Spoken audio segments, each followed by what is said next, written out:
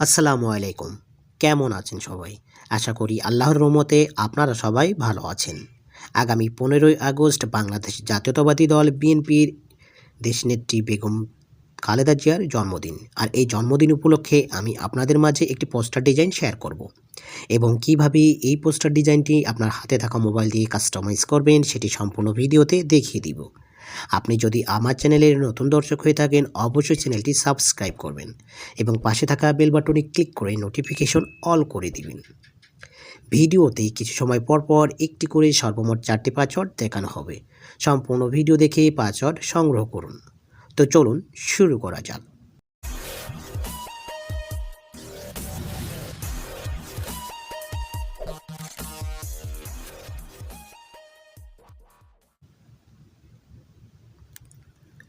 সর্বপ্রথম আপনাকে এই ভিডিওর ডেসক্রিপশন বক্সে আসতে হবে। সেখানে ডাউনলোড পিএলপি নামে একটি লিঙ্ক থাকবে। সেই লিঙ্কে ক্লিক করে আপনার ফোনে থাকা যে কোনো ব্রাউজার সিলেক্ট করে ভিডিও দেখে 4টি পাসওয়ার্ড সংগ্রহ করে সাবমিটে ক্লিক করে ফাইলটি ডাউনলোড করে নেবেন। ফাইলটি ডাউনলোড করা হয়ে গেলে ফাইলটি কাস্টমাইজ করার প্রয়োজন হবে। কাস্টমাইজ করার জন্য পিক্সেল ল্যাব নামে একটি অ্যাপস প্রয়োজন, যেটি গুগল প্লে স্টোরে ফ্রিতে পেয়ে যাবেন। খুঁজে পেতে সমস্যা হলে আমি আমার এই ভিডিওর ডেসক্রিপশন বক্সে লিঙ্ক দিয়ে দিব, ডাউনলোড করে নেবেন। আমি আমার ফোনে থাকা পিক্সেল ল্যাব অ্যাপস ওপেন করে নিচ্ছি। পিক্সেল ল্যাব অ্যাপস ওপেন করার পর এই ধরনের একটি ইন্টারফেস আসবে।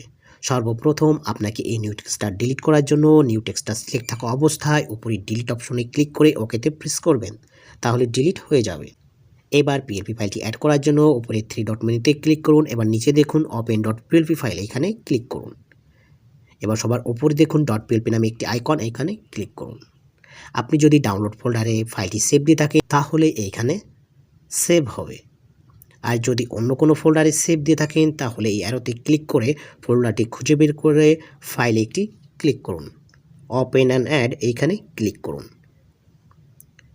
ওকেতে প্রেস করুন। এবার ফাইলটি কিছুক্ষণ লোড নেওয়ার পর ব্যাকে আসুন। আপনার ডিজাইনটি পিক্সেল ল্যাব অ্যাপসে শো করবে।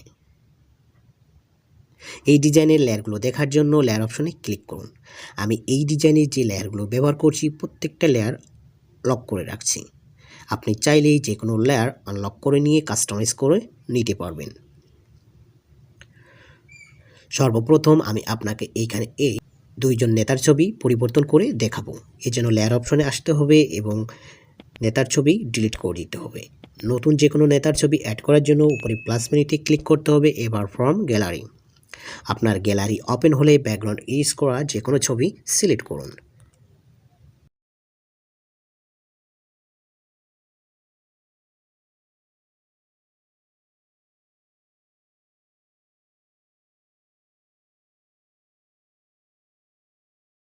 এবার ওকেতে প্রেস করে ছবিটি রিসাইজ করে বসিয়ে দিন।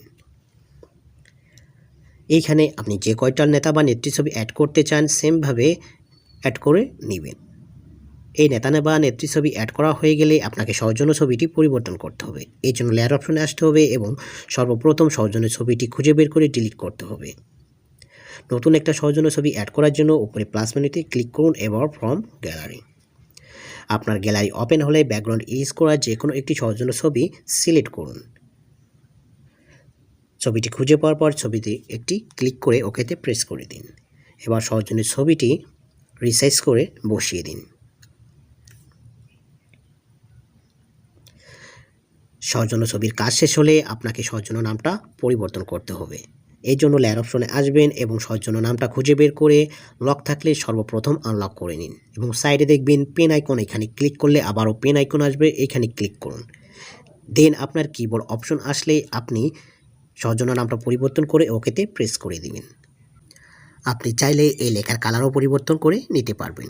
এর জন্য লেখাটা বা টেক্সটটা সিলেক্ট থাকা অবস্থায় আপনাকে টেক্সট অপশনে আসতে হবে, এসে কালার অপশনে আসবেন এবং এইখানে যে কোনো একটা কালার চুজ করে ওকেতে প্রেস করে দিবেন। এইভাবে আপনার যে লেয়ারটি প্রয়োজন হবে সেই লেয়ারটি আনলক করে নিয়ে কাস্টমাইজ করে নেবেন। সর্বোপরি ডিজাইনটি কাস্টমাইজ করা হয়ে গেলে ফাইলটি সেভ করে নেবেন। সেভ করার জন্য উপরে সেভ মেনুতে ক্লিক করুন, সেভ অ্যাজ ইমেজ। আপনি যদি ডিজাইনটি কোনো সোশ্যাল মিডিয়াতে পোস্ট করতে চান তাহলে কাস্টম যে সাইজটা আছে এটি দিয়ে সেভ করে নেবেন।